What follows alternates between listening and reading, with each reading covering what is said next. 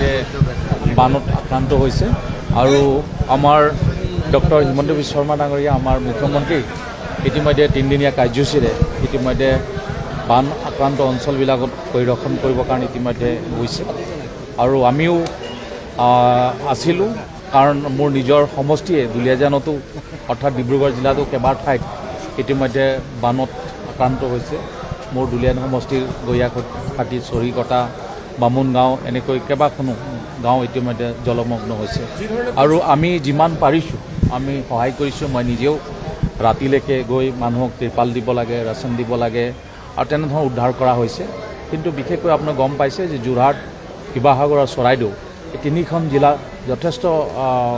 বানত ইতিমধ্যে ক্ষতি হৈছে আৰু ইতিমধ্যে গম পোৱা মতে নাগালেণ্ডৰ পানী আহি এই আমাৰ অঞ্চলবিলাকত তেনেধৰণৰ বানত ইতিমধ্যে ডুব গৈছে আমি গম পাইছোঁ মোকো টেলিফোন কৰিছে বহুত ঠাইত